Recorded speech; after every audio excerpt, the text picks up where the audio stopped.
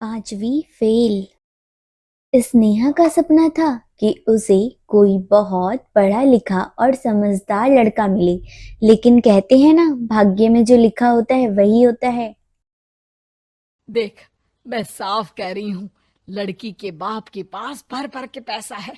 अरे एक बार लड़की ने तुझे पसंद कर लिया तो समझ के पैसे की तो नदियां भर जाएंगी, लेकिन फिर भी तेरी प्यास नहीं बुझेगी बेटा।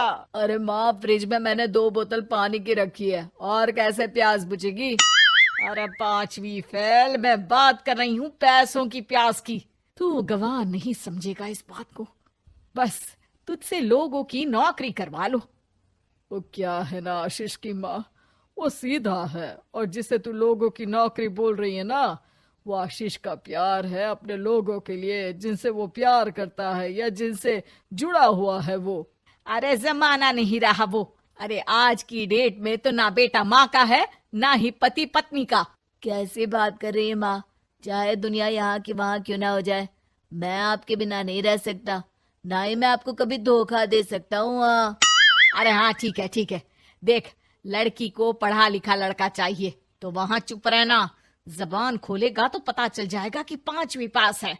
अरे तो पढ़ा देती ना आगे। माना सौतेली माँ हो, लेकिन दहेज की लालच तो अपने बेटे जैसी ही रख रही हो। पापा, ऐसा मत बोलिए ना माँ को। वो मेरी माँ है, मैं उनसे बहुत प्यार करता हूँ। अच्छा अच्छा बेटा, कुछ नहीं कहता, बस तैयार हो जा। चलते हैं और देखते हैं कि कौन है लड़की और क्या चाहती है। सभी मिलकर लड़की देखने जाते हैं, जहां स्नेहा आशीष को देखते ही इम्प्रेस हो जाती है।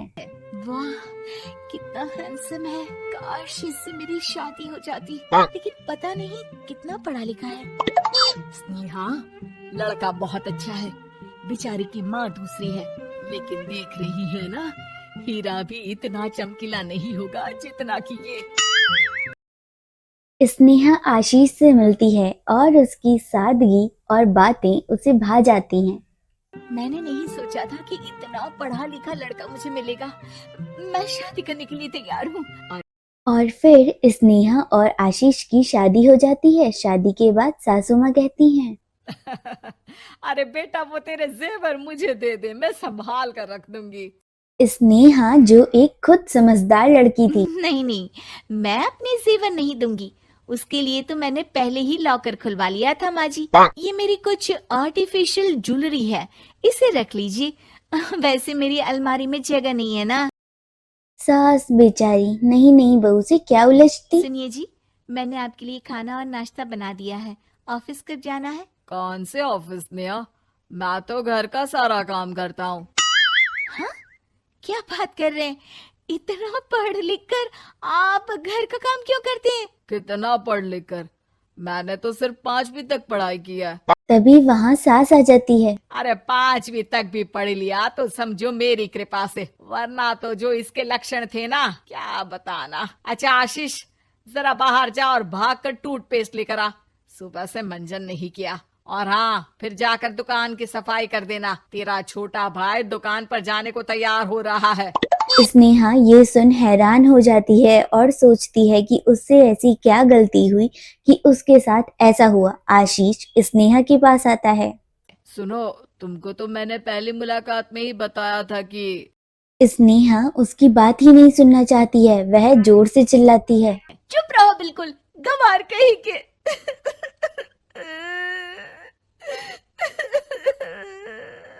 कितना बड़ा धोखा हो गया मेरे साथ। अब मैं इस घर में नहीं रह सकती। प्लीज ऐसी बात मत करो। मेरी पत्नी हो तुम, जैसे बोलोगी मैं वैसा करूंगा। मैं कोशिश करूंगा बाहर जाकर कोई काम ढूंढ लूं, पर प्लीज मत जाओ। चुप रहो गंवार कहीं के। मैं तुम्हारे जैसी की बीवी हो ही नहीं सकती। आशीष स्नेहा को लाख समझाने की कोशिश करता है, लेकिन वह अपने मायके चली जाती है। माँ चलिए ना, स्नेहा को मना कर लेकर आते हैं। अरे जाओ, मनाने जाए मेरी जूती। इतना घमंड, जैसे कलेक्टर हो कहीं की महारानी। अरे मैं तो तुझे कहूंगी कि तू भी भूल जा, हमने नहीं भगाया, खुद ही तो गई है। माँ, वो बीवी है मेरी, मैं प्यार करता हूँ उससे। मैं जा रहा हूँ उसे लेने। वहीं स्नेहा के घर पर माँ, वो तो कुछ काम ही नहीं करता, घर का नौकर है। 5वीं पास। मैं नहीं रह सकती ऐसे आदमी के साथ माँ। बेटा वो लड़का बहुत अच्छा है, उसकी तारीफ मैंने हर किसी से सुनी है। तेरा पति है, अब तक एक गलत माँ के साथ रह रहा था, तू संवारेगी तो संवर जाएगा। तभी वहाँ आशीष आ जाता है। मुझे माफ कर दो स्नेहा, पर प्लीज मुझे छोड़कर मत जाओ। मेरी माँ के जाने के बाद मुझे तुम्ही से सारी उम्मीद है। तुम जैसा कहोगी मैं करूँगा, पर प्लीज मेरे साथ रहो। सबकी समझाने बुझाने के बाद स्नेहा घर आ जाती है।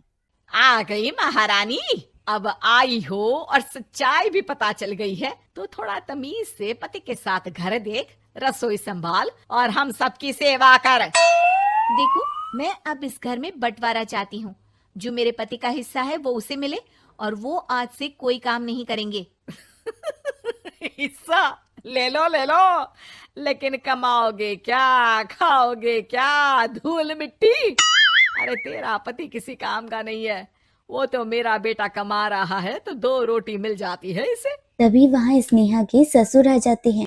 मैंने एक बंद फैक्ट्री को पहले ही आशीष के नाम कर दिया है, और घर के 2 तल्ले में 1 तल्ला ले लो। मैं तो आशीष के पास रहूंगा, वकील थोड़ी देर में आता ही होगा। अरे जाओ जाओ, 2 दिन में भूख से तड़प कर सब वापस आ जाओगे। बढ़िया आई बहू बेटे वाली। फिर क्या था, स्नेहा आशीष के साथ बंद फैक्ट्री को खोलती है और मन लगाकर काम करती है। दोनों की मेहनत रंग लाती है और आशीष अपनी मेहनत से एक सक्सेसफुल बिजनेसमैन बन जाता है। लेकिन एक दिन अरे बहू बेटा आशीष, मुझे माफ कर दो, मैं भी अब तुम लोगों के साथ रहना चाहती हूँ। इस कमबख्त ने तो दुकान का बेड़ा गर्क कर दिया। वो तो आशीष था जो सारा दुकान का काम संभालता था। बेटा हमारे पास तो अब खाने को भी नहीं बचा। माँ जी, इसे कर्म के फल कहते हैं। खैर, खाना है तो आपको और आपके बेटे को काम करना पड़ेगा, समझी? हे भगवान, अब ये दिन आ गए हैं कि बहू के साथ रहने के लिए मुझे काम करना पड़ेगा। बेटा आशीष, तू ही समझाना अपनी बीवी को। पता है ना मैंने तुझे कितने प्यार से पाला है।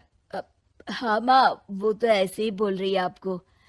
अरे घर में कामकाज के लिए बहुत सारे नौकर चाकर है, आप आराम से रहिए माँ।